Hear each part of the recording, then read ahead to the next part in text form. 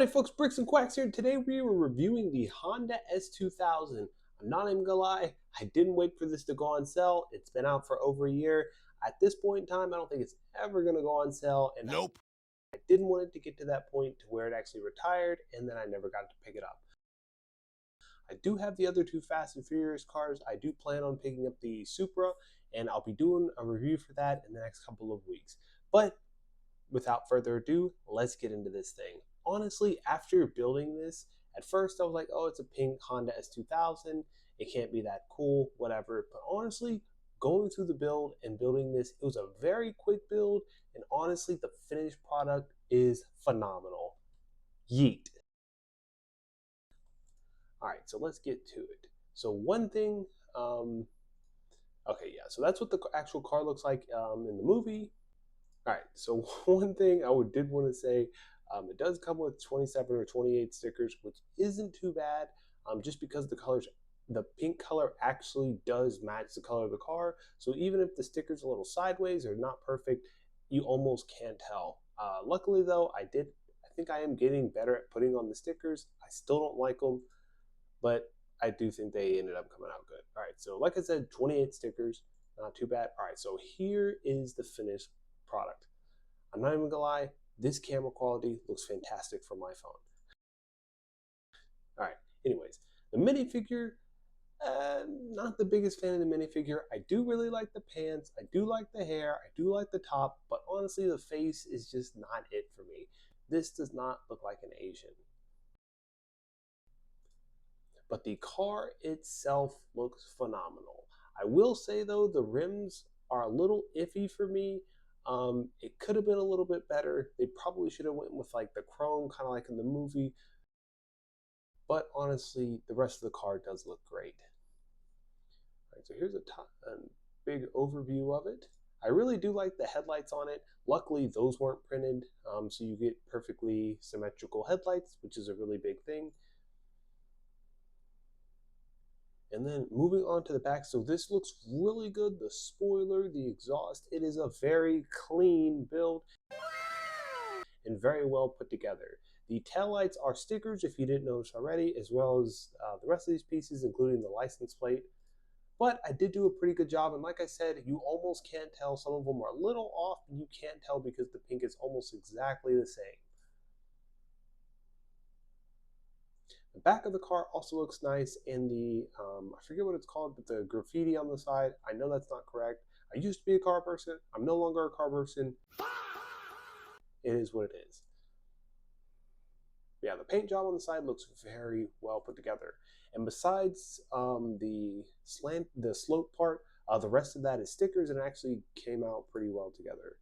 As well as the front part here, the rest of these are stickers. I really do like the bumper on this car. It just flows so naturally together.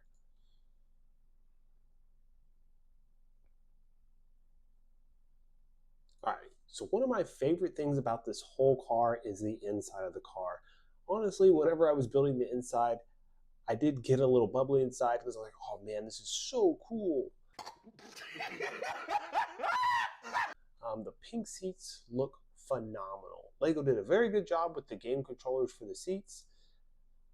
Now flowing into the white, which looks really cool. And in the back there, I don't know if you can tell, I don't know if it's supposed to be like that or what, but it's actually a thing of lipstick in the back there. So I don't know if she uses it for her lips or if it's just supposed to be some type of bar in an S2000. So it is really cool. It does come with a shift knob. The steering wheel flows really good.